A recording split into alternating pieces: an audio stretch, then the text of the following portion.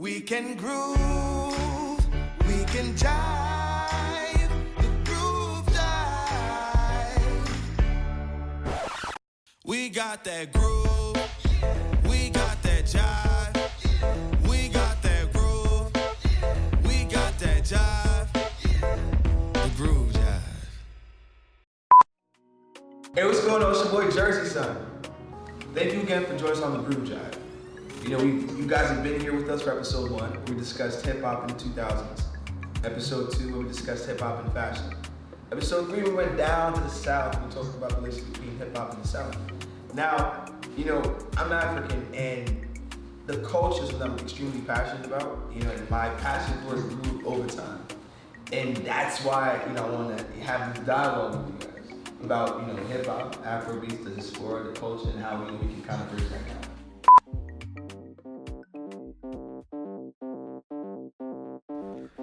So it was really cool, like, right? You know, here we are discussing Afrobeats, you know, really, really new and formative form of, you know, African music that's taking over the world. But before I decided to go into more detail, I realized, like, look, you know, we'd be doing this disservice to our listeners if they didn't really see, you know, the struggles that we embraced before we truly, it was like, yo, this culture stuff, we're gonna really push it forward each and every way.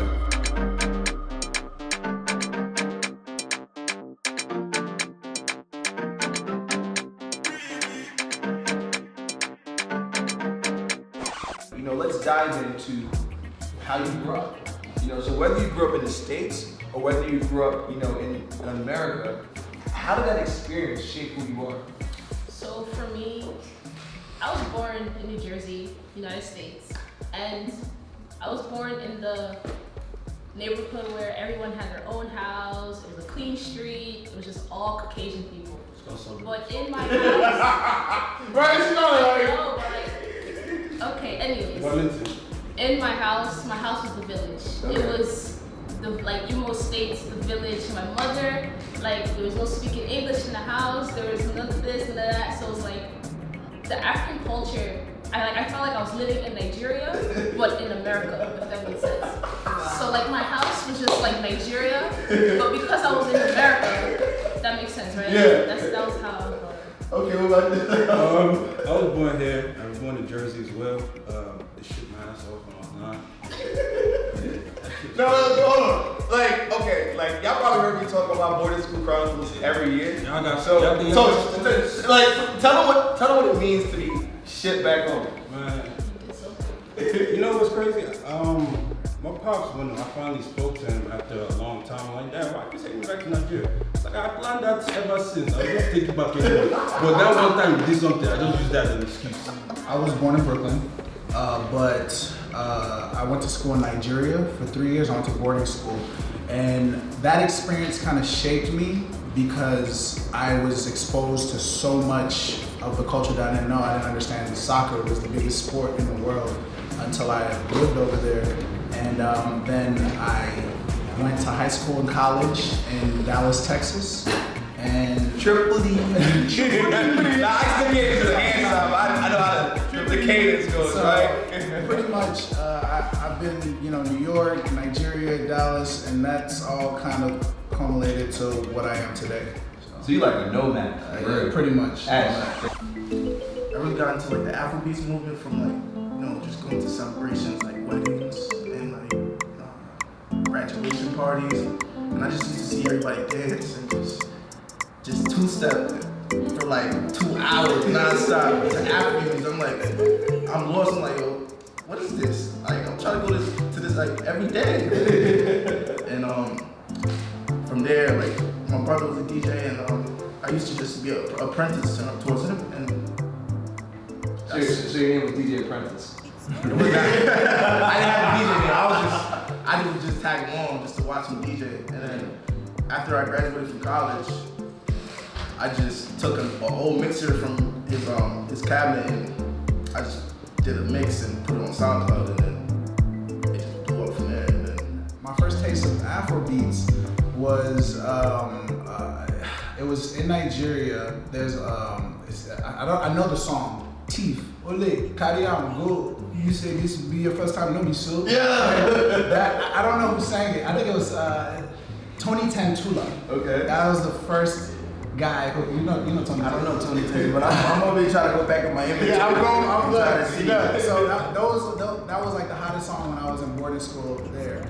And then, coming back over here, just really understanding that this music is here and this is over here, and now today to see it merge together is just a beautiful thing. I would say for me personally, when I first moved to New York, I worked at this fashion boutique, and it was only like 3 associates there, and it was me and 2 other girls. And one girl, she was from Paris, however, she was Nigerian. So she was like, hey girl, do you want to go to this party with me? And I was like, what kind of party, girl? And she was like, I want to go to an Afrobeats party. And I was like, okay, I'm just excited to figure out what is Afrobeats, because I don't know what it is. Because before I moved to New York, I lived in Dallas, but I didn't really go to like parties where Afrobeats music was played or whatever. So I went to this party with her, and I just kind of fell in love with that type of music, and I'm like, it makes me feel so good, so relaxed, and yeah, like I'm like, oh my gosh, I love this type of music, and it's my favorite type of music. No, I don't know like artists and different stuff like that, but I know when I hear like Afrobeats, like a artist, like a song or whatever, I'm like, okay. Or if I see a party that's Afrobeats or like Caribbean music, I'm like, I'm down to go. Alright, so That's one. Can I interject right there? Yeah. And that's one thing that, shout out to Mooka Mills, that's a song over there. That's me, something I've been trying to, bring awareness to, especially in Jersey. A lot of people hear these songs. If I tell you, say Yeah, I know you. Sing it. Don't know who the person is. You get what I'm saying? Right. You don't know who sang that song. You don't know who did it, and it's just like, okay, let me tell you. When I first noticed it, I don't think it was something I noticed. It was just more so crossing territory. I'll say it like this. Growing up in Dallas and going to my high school, we kind of suppressed that exhibition, which is our culture. We suppressed it. But I just remember when So why did you suppress it? more so because I didn't have people around me who were as vibrant about it as I was. That was sheltered at home. So I didn't see people willing, to express that out publicly. So how did that make you feel? I think for me, I just kind of suppressed it. But I realized not up until college that there was a lot of happiness that I had in me that stems from my culture. So once I started to tap into that, my different aspect of my brain started lighting up and things like that, and I just see a whole different person. And then I really tapped into my purpose because I realized my purpose is rooted in my culture. But he was it. I was African, like. No, he was. Like, there was no game about it. Like, my name is Abito Kumbo. You can't say it to sit down and teach you. You feel me? Like, I wasn't, no disrespect to anybody else. I wasn't ashamed to be African. I was happy as, you know what I'm saying? Like, not cursing. you know what I'm saying? TBS. I was happy as anything to be African, especially the fact that I was born here, growing up, my parents were like, oh, we went to Nigeria. Oh, I want to go to Nigeria too. Finally get there, you see the culture, you know what I'm saying? Like, you see the energy between people, you see the hustle, you see the struggle, you see the sounds. You know? Like, if you ever go, like, what I tell people is like, a concert here from an African artist sucks. Go to a concert in Africa and just feel the energy. Just they don't shake your head, you know what I'm saying? So those are the type of things that I try to bring. That's why I try and connect with artists, bring them to parties, try and do like personal stuff with them and everything like that. So how do you? This is for you guys. And how do you guys bridge the gap? Between growing up in the East Coast, right? Like we're influenced by East Coast culture and music, and take that sound, but also bridge the people that are here to African artists.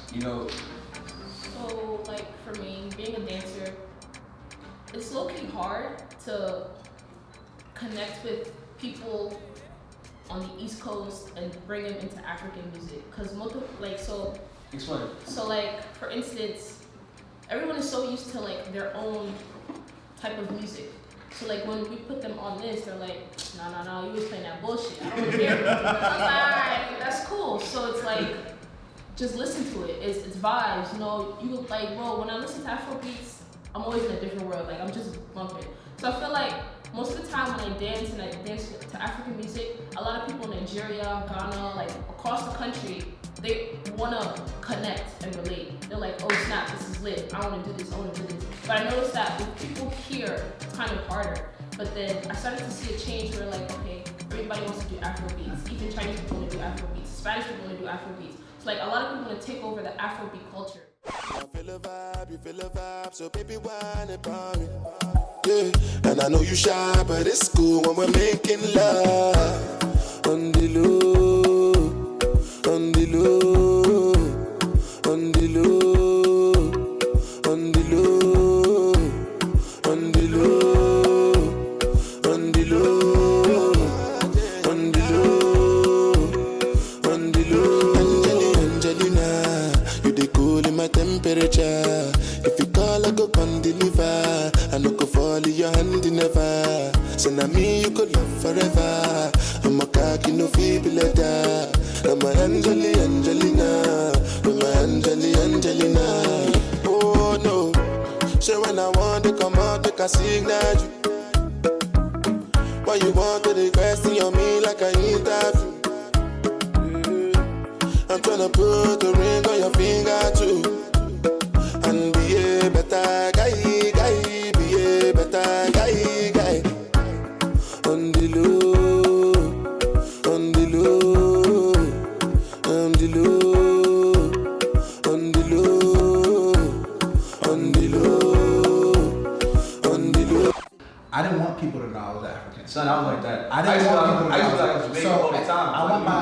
Stop playing. Bro, the longest time, I went by like, so your grandma gives you a blessing, a name from the Bible.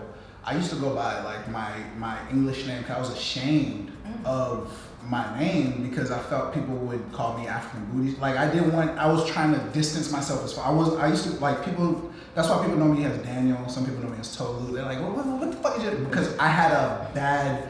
I didn't want people to like associate me with that. I was like, nah, I'm far from like, so I would wear the tall tees all the way, you know what I'm saying? Like with a sticker on it. Like I was trying my best to You know what sucks the be most? Americanized. You know what sucks the most? When the substitute teacher comes in. Oh my God. And you gotta restart. Oh my gosh. And you gotta restart what you did say. I would go. When they pause and they call your name, you walk, or you try to walk up in the beginning I would and go. say, hey, this is me right here. Exactly. Oh my God. And he brought me College Dropout. He brought me Get Rich or Die Trying. And so he gave us 2 albums. So I love comedy, but at that time I was like, nah, this is, if I come back to the States, like, they gonna like roast me. So I was playing at 50 Cent.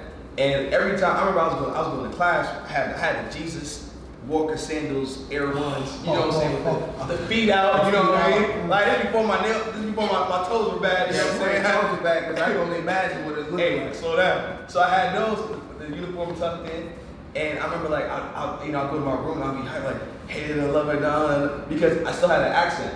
And when I had it started an American accent, even when I was in school in Nigeria, they called me a Jew guy. Like, oh, you're a Jew guy. You don't know the culture. You know what I mean? But what's saved is I can speak the language. Like, I can speak Igbo better than most cats who like super about the culture or not. And so being able to hold on to like 50, and even eventually Kanye helped me shape my identity. Also like find myself. How did you connect with American artists or even American music while you were growing up?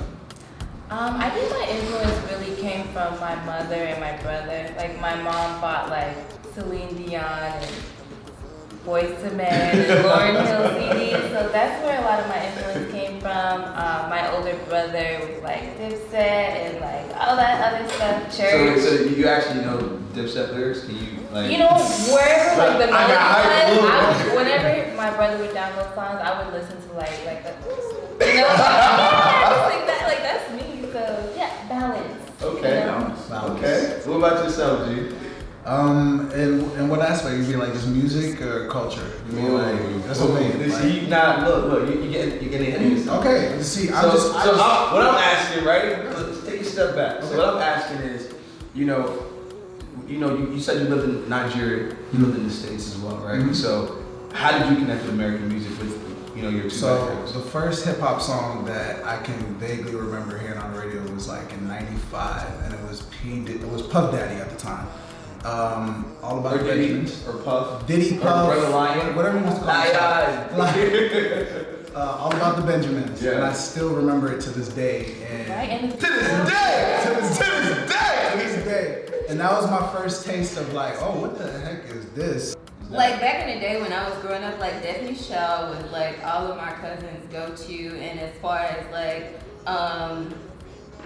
rap or whatever, it was like Run DMC that I was exposed to from my brothers. So you got Destiny's Child and Run DMC. Yeah. Alright, I'm sick and tired of Destiny's Child, Beyonce. I Like, think what is it's this? Beyonce because like Too. back in the day, Beyonce, she was like, no, she was like, Exactly. So you didn't like Sierra? no, like up to today, I still don't. So wait, so you're a dancer, right? Yes. So do you think Sierra's a better dancer than Beyonce? Sierra's a better dancer. Yeah. What kind Don't of come question back. is that? I'll come back. I am. I actually don't know. I mean, I know I'm a better dancer than both of them. So you know, like I was saying, transition. I remember a lot. I was seeing a lot of Missy Elliott. I was seeing a lot of, what's this guy that be screaming all the time? DMX. Lil Jon. You know, at that point, you know, so, and it's in the South, in the area, we grew up with a lot of area music. Yeah. You know, which encouraged that, you know, Southside the realest. And so as I grew up, went to a private school, and I was listening to, I enjoyed R&B and pop music because that was Okay, so we said Yeah. R&B. I'm a singer, you know what I mean? Oh, okay. I get the track, I start melodying, you know what I mean? nice. Melody, sorry, my bad. But who's your favorite R&B artist? I'm kind of curious. I would say I like Neo from back in the days. That makes sense. You know, like taking a step back. So, Neo is extremely talented, especially with the way that he writes music, curates music, understands how the sounds behind it. Yeah. And so, with that being one of your favorite artists, it makes sense why you look at music and artists from a curation standpoint. Yeah. You see him in yourself a little bit. Yes, I like the way he delivers and how he presents his music. Okay, I love that. Okay, so you mentioned Neo. So, but for you guys, what American artists did you guys really connect with and gravitate to? I want to say Nas. Like my brother used to play. He had like every single album from Nas, and we just used to listen to it like every day. Play video games, listen to Nas. What was your favorite Nas record? Do rags. Do you spin that record without? Well, I just played that last week. It's a classic. Okay, what about you? I guess growing up, the artist that really stuck with me was like Missy Elliott. Why Missy? Because Missy was just Missy. Like no one looked like Missy. No one sounded like Missy. Like watching her music videos, like it was like she set the bar on so many different levels. Like so, she was always someone who, you know, I respected as an artist. You know. So you think Missy over? I'm thinking people who dance, right? Missy over Janet, Missy over Paula Abdul, Missy over Beyonce. I wouldn't put Missy in that category in terms of choreography. Okay, so what category put her in? Just as a creative, like she was fearless. Like there was literally no one doing like what she was doing. So, like you couldn't compare Missy to anybody, really. So in a sense, Missy was kind of like a pioneer. Definitely. And that's Duncan Mighty and Prince and like when it, you know, like it was always a part of me. she dropped some folks. I gotta go Google. Yeah. Like really go Google that. Like flavor, not the new flavor. Okay. A lot of artists would highlight where that sound was tapped into. You know, for me, when I was in boarding school in Nigeria, you know, I was kind of separated from American music, so I listened to a lot more African music when I was in boarding school. And that's when Style Plus and Peace Girl were on. And I thought Style Plus was so cool because they had the cheap leather jackets. But they had that Olufulio, Mama Mila. That was my jam.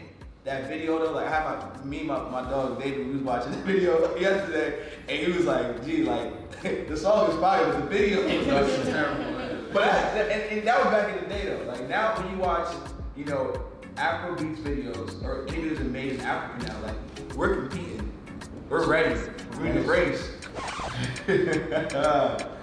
Who do you guys think is the hottest Afrobeats artist right now? So that's what I'm gonna say.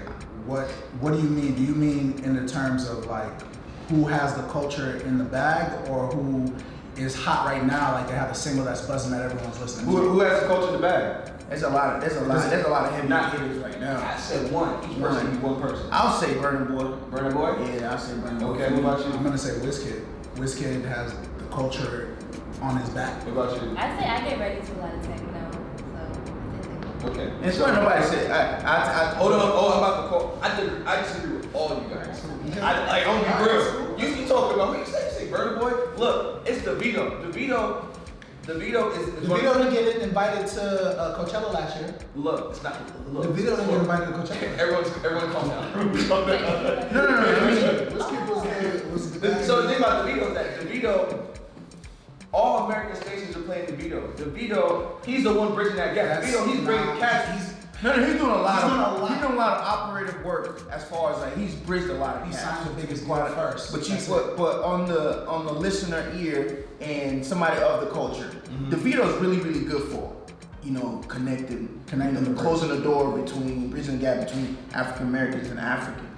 You understand, and stuff like that. So his persona and how he's telling a story and connecting with people here is really something amazing. Plus, he's also one top 2 hitter. People forget about Wizkid's Azonto remix.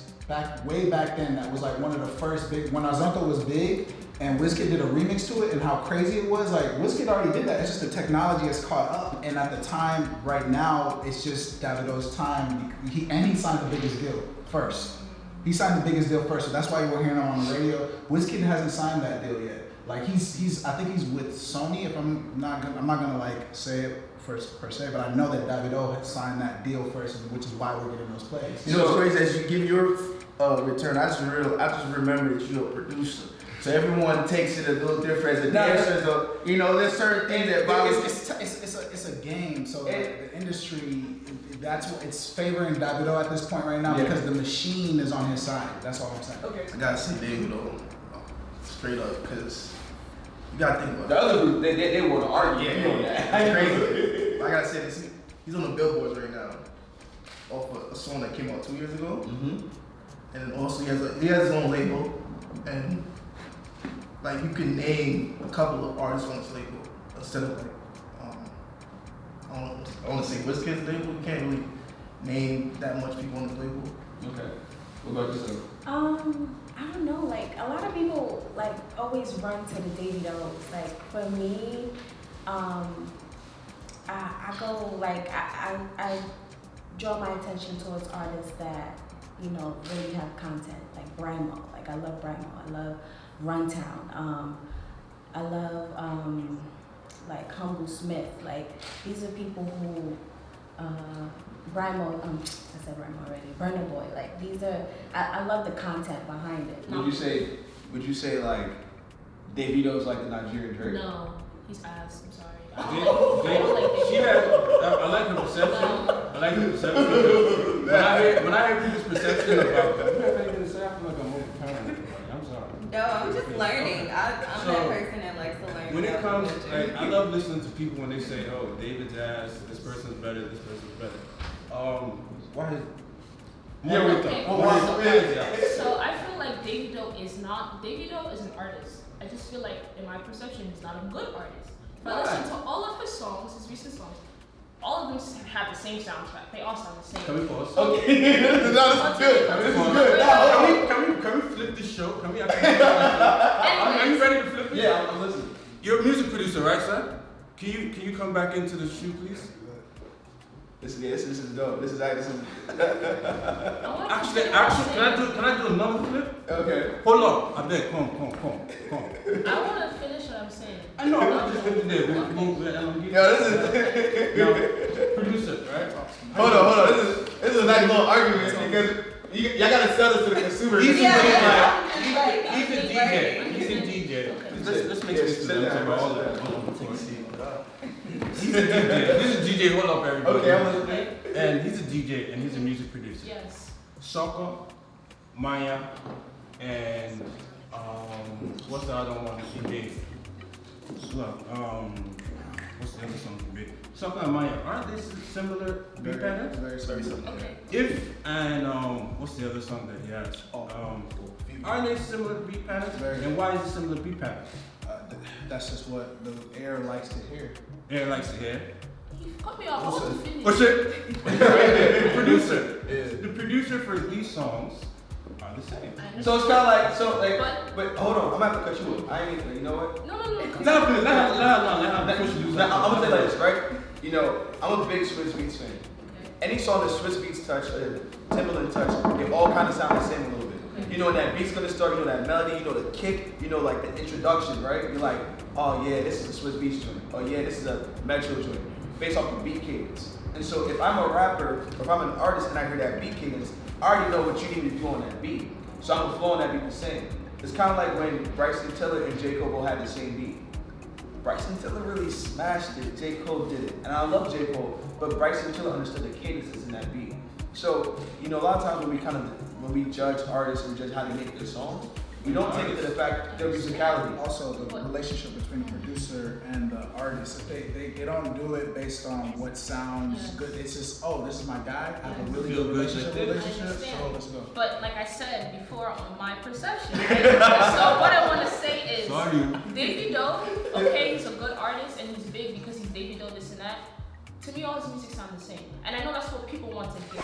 Number one thing is collaboration with music. The more artists who, whether it be J Balvin doing a track with Wizkid, whether it be Offset doing something with Davido, more collaboration, that's the best language for people to understand music. So the more collaborations, the more people are gonna, understand the culture. That's it. I think for the people who feel disconnected, especially like just our African American brothers and sisters that might not be Caribbean or from Africa, I think just remembering that there's so many old things when it comes to music and tradition. So when people feel disconnected, that they actually shouldn't, because nothing's really new. Everything's really old and just coming back around. People can't say like, I don't feel connected like you are. Majority of the big names, they have their their one headline shows. You know what I'm saying? Because they can afford it. A lot of people have to understand.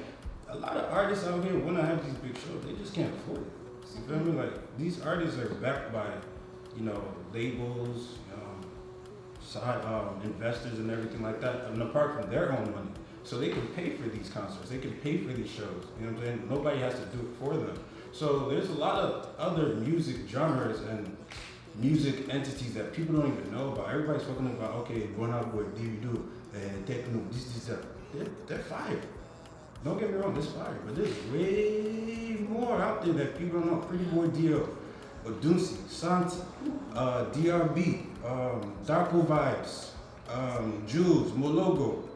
Shoot, if I keep going, we're gonna be here for a while. This is So I think when it comes down to it, we need to have more dialogue. Just like we're having right now, but have more dialogue, be willing to teach, be willing to invite. My boy, the Minister of Enjoyment, said, enjoy. We're enjoying each other. If we're enjoying it in this space of love and positivity, it's easier to not only collaborate, but share ideas. And that's something that, not only with just conversation in general, but that's something as a community we need to do. We need to be able to connect with each other, share ideas, collaborate, but also uplift so we can build. So whether you have a different opinion, especially within the diaspora itself, how can we share those innovative ideas to not only help us rise, but fly? And with that being said, my name is Jersey Sun. Thank you for joining us again on GrooveJive, especially on this episode of Hip Hop and Afrobeats. To my left is PJ Holo. I'm not Mocha Mills. Marcus Gilmore. Let's groove, let's jive.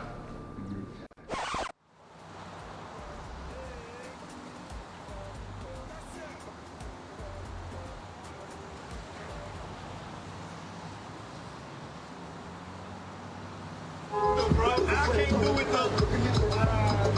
Look,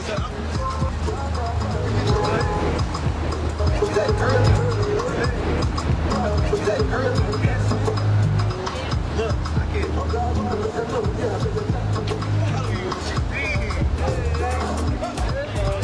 That's it.